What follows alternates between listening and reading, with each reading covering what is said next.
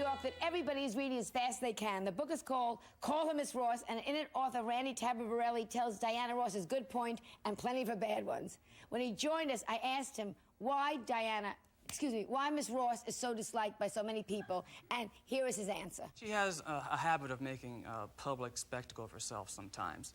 One time she slapped Berry Gordy silly in public, and his sunglasses flew across the field that they were working in. You know, she does these kinds of things that make people wonder about her. She kicks platforms off the stage, you know, where speakers are on top of it, that kind of stuff. And people know that, and it bothers them sometimes. What about, in your book, you talk about sneaky things she would do when she was in the Supremes, and she would say to the girls, we'll all wear pink tonight, we'll all wear pink tonight. Right. And she'd come out. And then she'd show up in blue. Yeah. You know? Yeah. I mean... Yeah, well, she used to do that a lot. She would steal another group's dresses at the company, and Martha and the Vandellas was a competing group at Motown, and she went on stage wearing their outfits and had the other two girls participate in that, so. Why haven't all these stories come to light before? Well, Diana Ross asked that people who work for her sign secrecy agreements that prevents them from talking to people like me, and until now, no one has done that.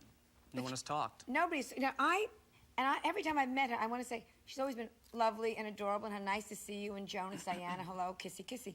But then, I mean, I've had three experiences with people with her. One, I was in St. Louis, and I said to the chauffeur, said, I'm so glad to have you. And I said, why? He said, well, the last one I drove was Diana Ross, and I was told to keep my eyes down and never look at her, which is hard to drive. And the second was a security guard in Vegas who said to me, he drove her home, he protected her, and his car broke down in front of her house, and he rang the bell to say, can I come in and call? And she said no.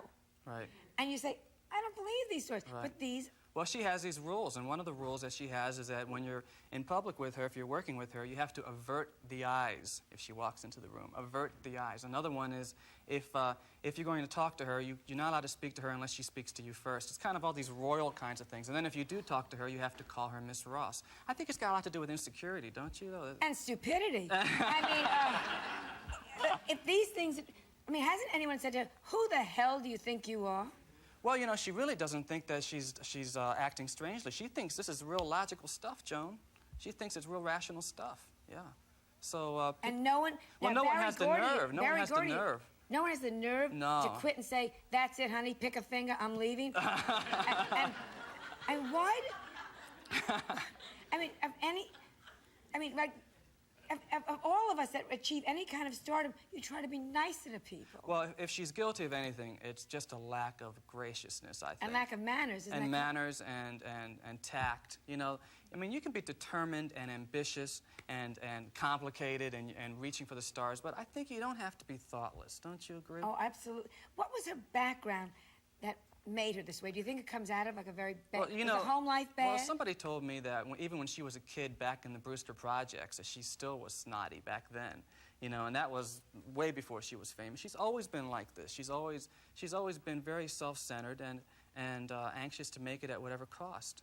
Yet she's had, obviously with certain people, she's had a great deal of charm. She's had 1 million lovers. I thought that was fascinating in the book, too. Ryan O'Neal? Ryan O'Neal. Yes. Yeah. Was he married then?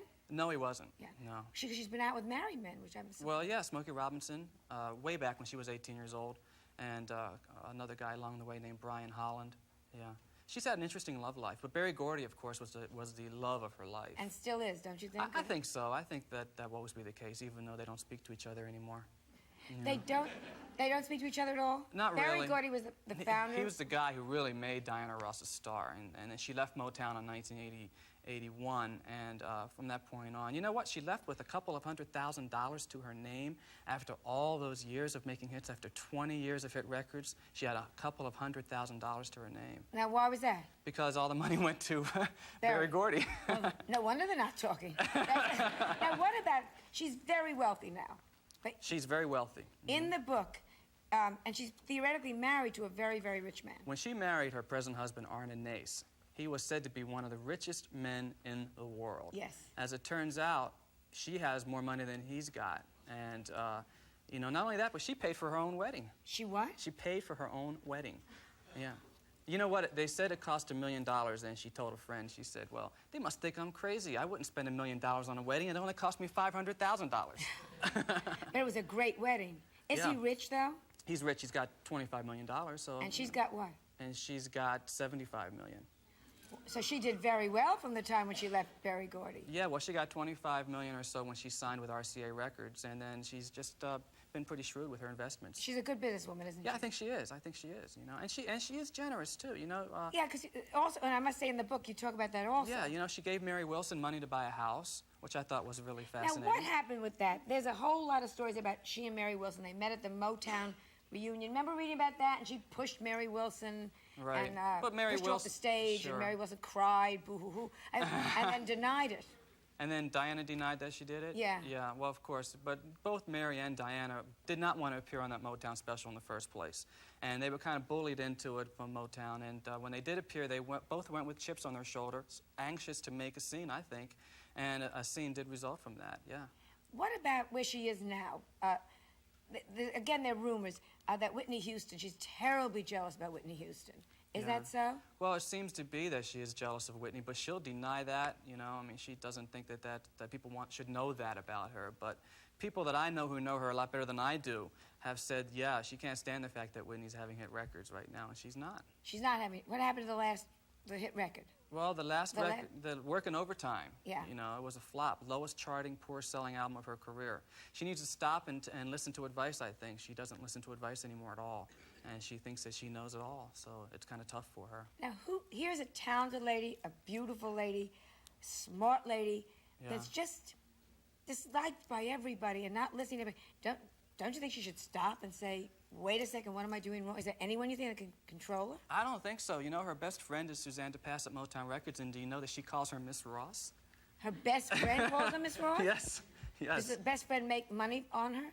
Because Not otherwise, there's no way. Why would you stick around when they want to call her Miss Ross?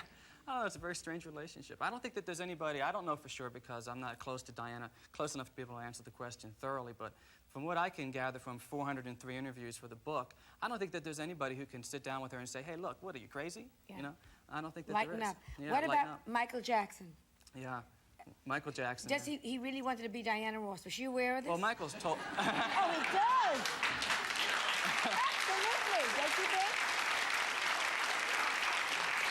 You know, I'll tell you a story. I'll tell you a story that's in the book. Diana Ross tells a story herself. She was in Las Vegas, and Michael Jackson was visiting her, and they were talking on the couch, and a doorbell rang, and she went to get the door, and she came back, and she couldn't find him. She was looking all around, and she finally found him. He was sitting in front of her makeup mirror, putting on her makeup, turning himself into Diana Ross. And so she tapped him on the shoulder. He whirled around. He had all the makeup and the lipstick and everything. And she said, Michael, how many times have I told you to stay out of my makeup? Have you ever met her? Yes, yes. She's very nice and gracious during an interview. See, and I met her, I found her, exactly. It's just the stories around her. Well, how old were you the first time you met her? I was 10 years old. Well, she snubbed me when I was 10 years old. Yeah. So here we go again. And 23 years later, I'm getting back at her, right? No, I did get over it. How did she snub you? Well, I made a drawing of her. I drew a drawing, and I rolled it up it was a big poster, and I took it to Atlantic City to Steel Pier where they were performing, and after the show, I went onto the pier to meet her, and she was standing there, and I unraveled this thing, and as I'm unraveling it, a gust of wind came from the ocean and blew it right over her head, right out to sea. And I was 10 years old. I was like the kid on the Wonder Years, you know. Right. And I said, Diana, I just wanted to give it to you so badly, and I'm your biggest fan. And she looked at me and she said, oh, just do another one.